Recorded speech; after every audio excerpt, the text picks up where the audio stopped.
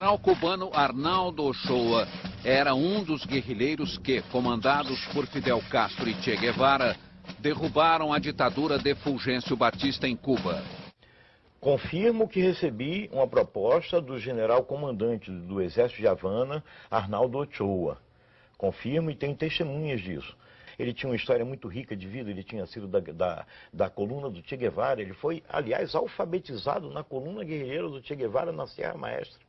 Um dia, exatamente, de noite, já bem tarde, já devia ser já um começo de madrugada, no quartel-general do Exército de Havana, ele me expõe, no mapa, ele me expõe um plano. Ele diz o seguinte: olha só, Clemente, se a gente pega aqui um barco, a gente sai de Cuba, a gente faz isso aqui, a gente consegue chegar na embocadura do Rio Amazonas sem ser detectado por ninguém, porque eu conheço os caminhos, eu já estive na Venezuela, você sabe disso, eu tenho como fazer isso.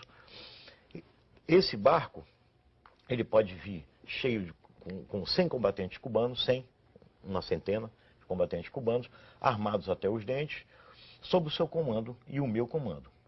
Argel, Cuba, treinamento militar, 1 ano e meio. Não sei quanto tempo, fiquei o treinamento todo e fiquei esperando lá o passaporte falso da organização para poder sair de Cuba.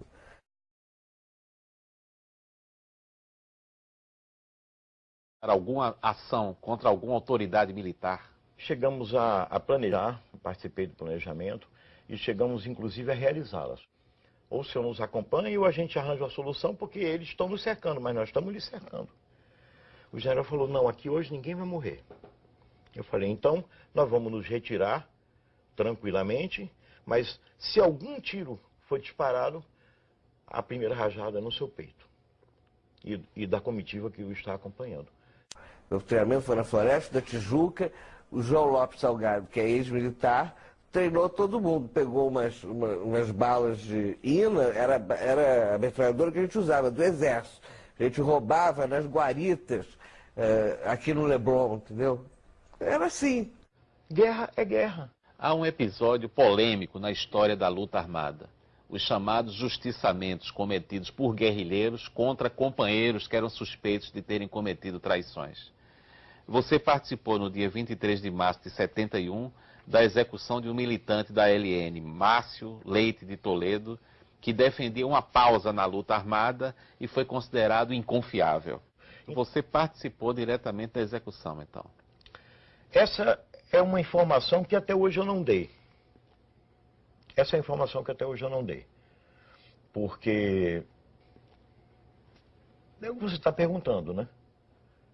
E na verdade verdadeira, eu acho que eu também não dei, porque também até hoje ninguém teve essa atitude de chegar e me perguntar diretamente. Participei sim da ação. A tiros, na rua, numa rua, no jardim, daqueles jardins lá de São Paulo, como você disse, no dia 23 de março de 1971. Foi um comando de 4 companheiros que participou, não fui eu sozinho. Os outros 3 estão mortos. Quando eu saí, eu não resisti. Eu disse para Miriam: se acontecer alguma coisa com algum de nós, eu volto aqui e te mato. Você nos denunciou. Aí ela ficou assim: não, Vera não, Ângela, né? Ângela, de jeito nenhum, não denunciei. Eu disse: ah, é? Empresário dinamarquês radicado no Brasil, Henning Albert Boysen, foi executado na rua Barão de Capanema, nos Jardins, em São Paulo, na manhã do dia 15 de abril de 1971. Era presidente do grupo Ultragás. Não era um inocente, um empresário, ele não foi justiçado simplesmente porque ele era um empresário. Ele foi justiçado porque ele era um quadro do sistema, ele era um quadro direto da repressão. E como tal, ele estava sujeito às sanções da guerra. Você matou o empresário Boysen? Eu participei da ação, eu dirigi a ação e fui o autor do tiro de misericórdia. E pegou o dinheiro todo, o cara morava na Nacional Copacabana, a gente pegou dólar, ele tinha dólar que não era normal, escondido, joias e quadros, peças de arte, quadro de arte, a gente levou tudo. De 69, antes do sequestro do embaixador americano, a gente muda a linha. E quem escreve essa linha sou eu, e o Franklin Martins. Se os caras não aceitassem a troca, nós executaríamos ou não o embaixador? Essa pergunta foi feita para mim no Seminar, no intervalo de duas sessões de porrada. Famosa pergunta babaca. Eu não tenho dúvida nenhuma. A decisão era de executar. Você pode chegar e dizer, podia na hora o cara tremer? Bom, mas a decisão era de executar. Isso eu não tenho a menor dúvida. Quem vai financiar a nossa atuação é o capital financeiro. Nós vamos ao banco e não tiramos o dinheiro do correntista, estamos tirando o dinheiro do banco, do dono do banco, né? Ou seja, do capital financeiro. E sempre foi assim. Nós assaltávamos bancos, expropriávamos o dinheiro dos bancos, expropriávamos o dinheiro dos carros pagadores. Além de ser companheiro da Dilma por esse tempo todo, nós identificávamos muito sempre, importante, gratificante, nós temos vivido muitos anos juntos, para praticarmos ações de expropriação, que nós chamávamos dos bancos. Nós íamos buscar dinheiro nos bancos, nós queríamos ter dinheiro para comprar armas. Fizemos ações em quartéis também, alguns quartéis, para pegar armas.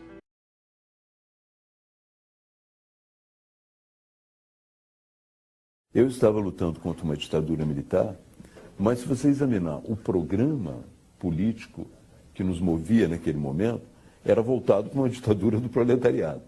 Então você não pode voltar atrás, corrigir o seu passado e dizer, olha, naquele momento eu estava lutando pela democracia. Havia muita gente lutando pela democracia no Brasil, mas não especificamente os grupos armados que tinham como programa esse processo de chegada a uma ditadura do proletariado. É a primeira grande visão do passado. Aí já um movimento não mais estudantil, um movimento social de tomada do poder, é isso que nós queríamos, e transformação daquilo em socialismo, e que nós não éramos exatamente contra a ditadura, nós éramos contra a ditadura militar burguesa, mas nós éramos a favor da ditadura do proletariado. Isso ninguém diz, mas tem que dizer, faz parte da nossa história. A luta armada, naquele período, não estava visando a democracia, pelo menos no seu programa. Aliás, a relação que se tem com o que se lutava, com o que se lutava no passado, a relação que se tem com o chamado socialismo. A minha posição é bastante nítida, né? No sentido de dizer que houve uma luta pela democracia no Brasil. Nós, de uma certa maneira, participamos dessa luta, mas com um objetivo diferente. Hoje, eu continuo sendo um socialista, portanto de esquerda, né? Mas sou uma pessoa que acredita que a democracia é uma questão essencial, coisa que nós, na época da esquerda leninista, etc., né, nós não considerávamos. Nós achávamos... A democracia como um sistema ideal? Não, nós éramos pela ditadura. Do proletariado? Do proletariado. Nós éramos contra a ditadura militar, mas éramos a favor da ditadura do proletariado. Isso aí é preciso dizer a verdade toda, né? E às vezes eu ouço meias verdades, né? Como a ditadura militar nos oprimiu barbaramente, né, de forma violenta, muitas vezes as pessoas pensam, né, que não existiam no campo da esquerda coisa igual e até pior, em vários aspectos.